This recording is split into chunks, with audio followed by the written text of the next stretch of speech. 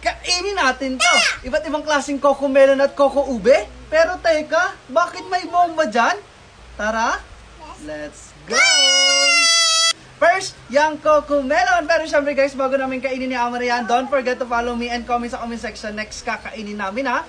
Tikman na natin itong coco melon. Yummy! Ay, parang siyang na-melt na. Tignan natin. Ay, na-melt na siya. Ang sarap pala na to.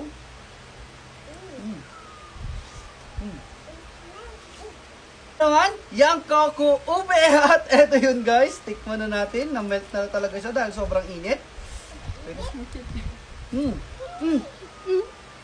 Ano ba? Nag-melt na siya. Para ka pogi. Again.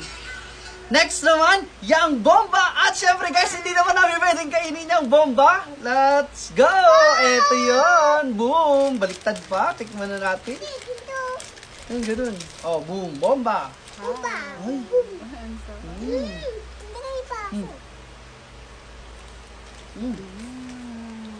Masarap. Like, follow, comment, and share. Bye-bye!